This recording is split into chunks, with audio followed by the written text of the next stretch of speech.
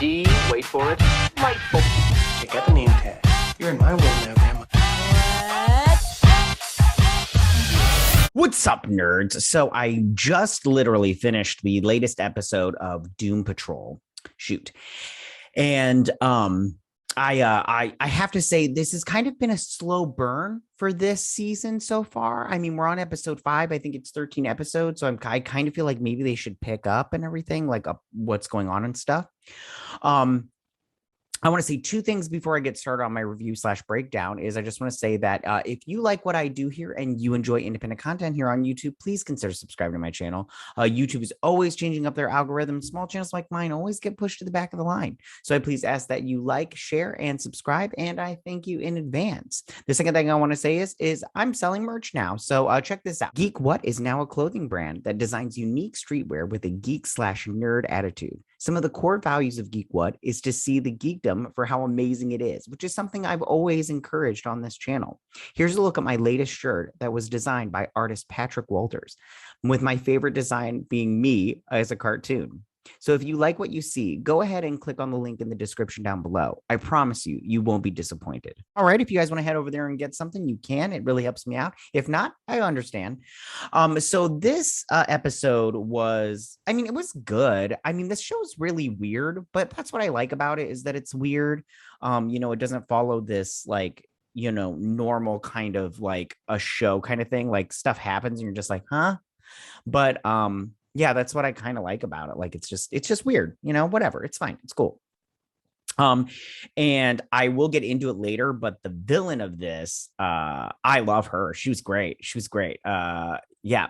So why don't I jump into the breakdown of this and I'll talk about stuff as I go along. So it starts off where the last episode ended off, and Jane had made this dummy of Niles and she burned it. I hope Niles comes back. If he's not in the show anymore, I'm gonna be annoyed. So music is playing, and then we go into the underground.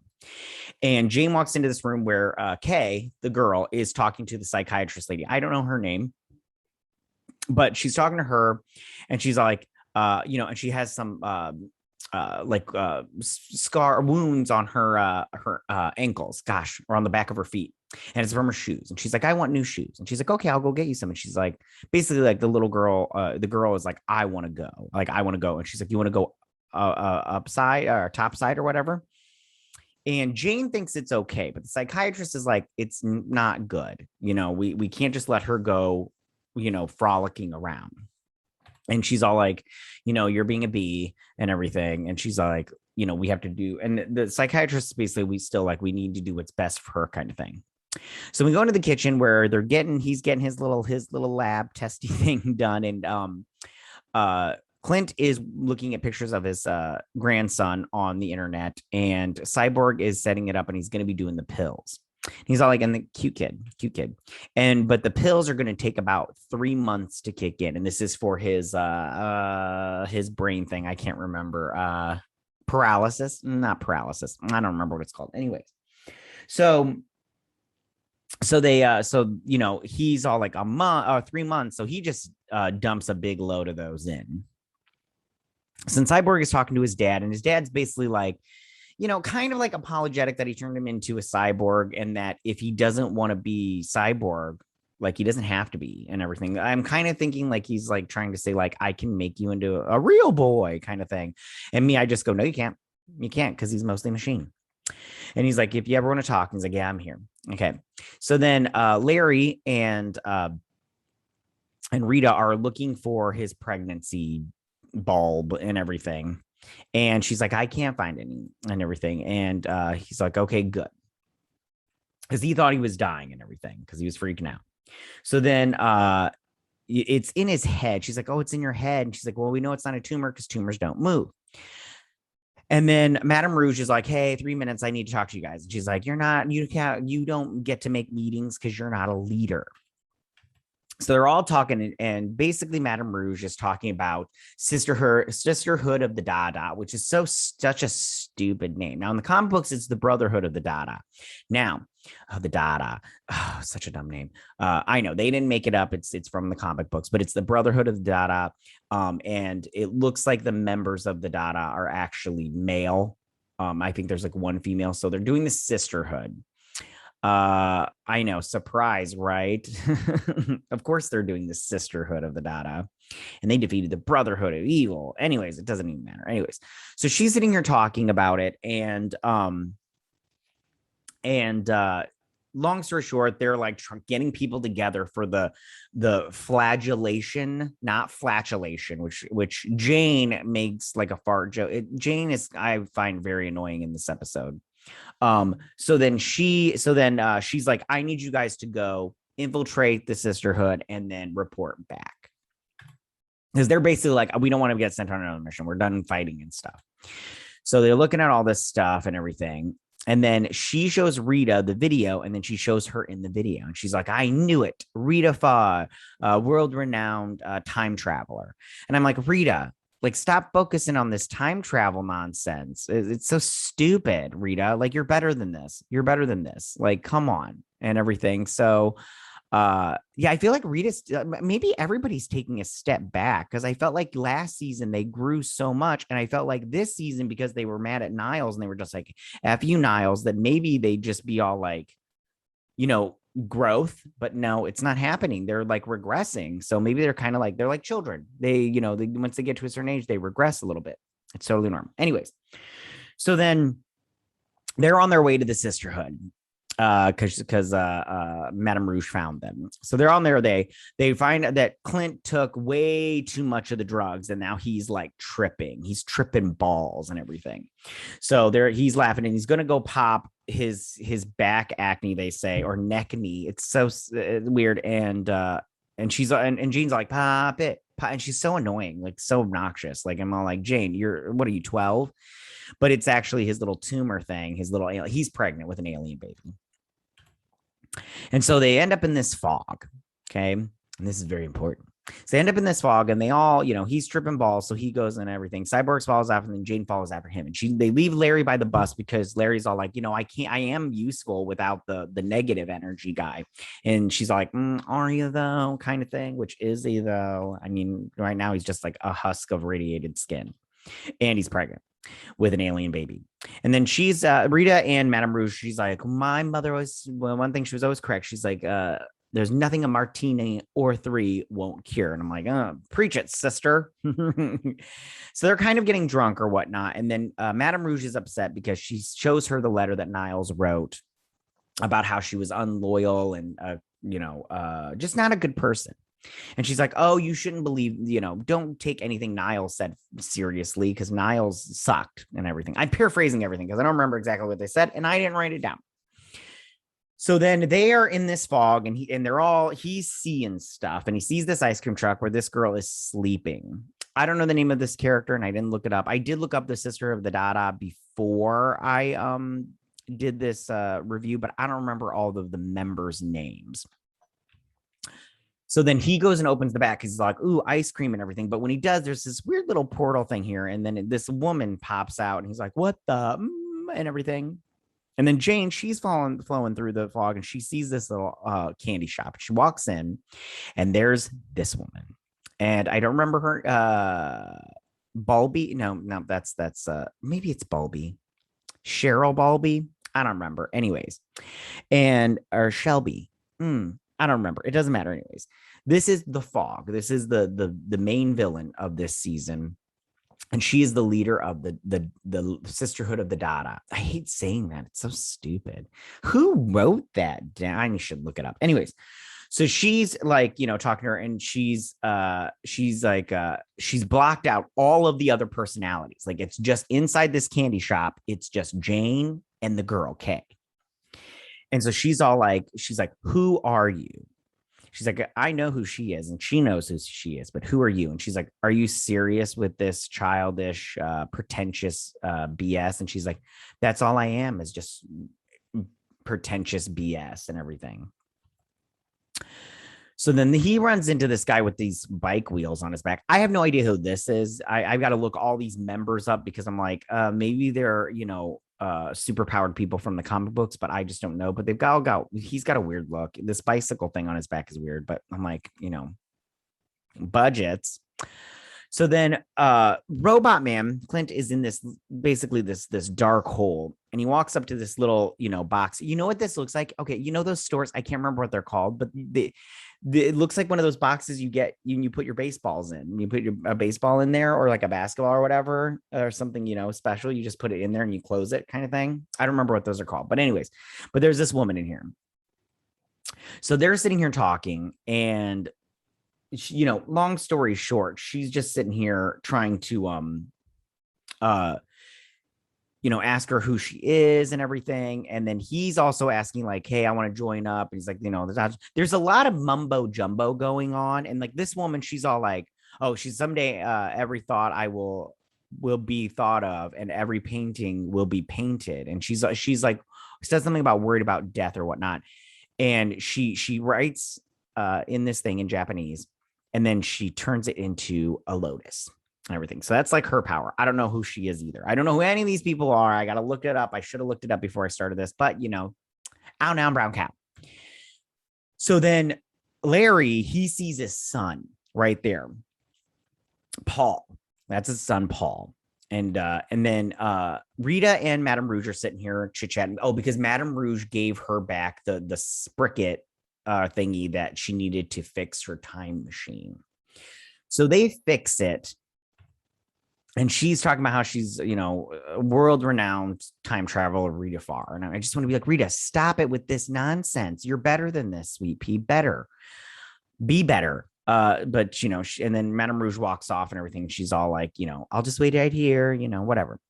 So then they're sitting in this candy shop, and Madame Rouge is sitting here, and she's all like, she talks about like her origin and how she basically, because they're in her mind. Sorry, I should have said this way before. So her power is she turns into a fog, and then she infiltrates your body and everything. And she talks about how you're in her mind, and then and that's the fog's powers. As I remember looking at that, it's like a psychiatric fog. I don't remember what it's called, but he turns into a fog and then infiltrates your mind or whatnot. So she's talking about how she, just engulfs everybody around her and takes them, and she took them in or something like that into her or whatnot. I'm like, okay, cool. And then Hammerhead, she comes up and she's banging on the door, and and then Paul points his gun at his dad and everything, but then he ends up dropping it, and then this little crab thing walks out. I don't know what all this means. I don't know what it means. Like, is there symbolism in this nonsense? Because if there is, I don't know what it stands for. And then he collapses, and then this guy is sculpting a face, but I don't know what's going on there. And then, sorry, I'm gonna need a nap. So then she is all like, Jane, I'm keeping them out and everything. And she's like, they just want to get in because they're worried about the girl, and which is understandable. And then, but before that, she was talking about how she's like, you should take the sweets of life or whatever. I'm paraphrasing again, because I don't remember how. Basically, she's just saying, like, you shouldn't just do what you've normally been doing and be okay with it. You should, try to grab the good things in life. And she does it with a peppermint. Let me just tell you right now, out of all the candy they could have used, they used a peppermint. You got to be kidding me. The lamest freaking candy on the planet. Come on. What are you guys, like 95? Come on. So he's sitting here talking. Oh, he gave this girl a hug and it cracked, and she put on that mask. Like, as soon as that glass cracked when he gave her a hug, because he was like, I think this is a hug moment, and he like went to hug it. But she put on that mask, and I think it's because she can't come out of this little bubble. I'm not sure what's going on here. I'll have to look it up, and next week I'll say something about it. So, oh goodness, I'm so sorry. Hammerhead finally breaks through. Oh, because he's all like, because Robotman is all like, why am I here? I should be spending this time with my grandson. Instead, I've been sent on a mission by Madame Rouge, and I can't remember her name, Laura Goodwin. I don't remember her name. Anyways, Madame Rouge. And so everybody starts waking up, and she's like, Madame effing Rouge and everything. But she doesn't say Madame. She says Laura or Laura, whatever her real name is. And she gets up, she turns on little headphones. He's like, Madame Rouge. And his little thing starts spinning, and it blows Cyborg, or like it starts blowing him away. And I'm all like, That's not how bike wheels work, just so you know, but whatever, it's cool, whatever, bike man. And then she walks in and she punches Robot Man through this glass. Sorry, I didn't grab a screenshot of it. And then Hammerhead breaks through and they get the girl. And she's all like, tell Madame Rouge I send my best.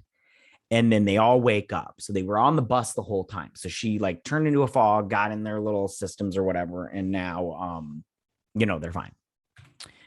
So they get back and she's all happy-go-lucky for some reason. And she's talking to him. I can't remember what she said here, but I don't know. Rita, I love Rita, but she kind of annoyed me this episode just because, like, I don't know. She just wants things that I know she doesn't want. Like, Rita's like, she's obsessed with finding out why she went back in time to make sure they die. And I go, Rita, stop getting obsessed with this stupid nonsense. Like, she's all obsessed with the time traveling thing. And I'm like, Rita, why are you trying to learn how to use your freaking powers?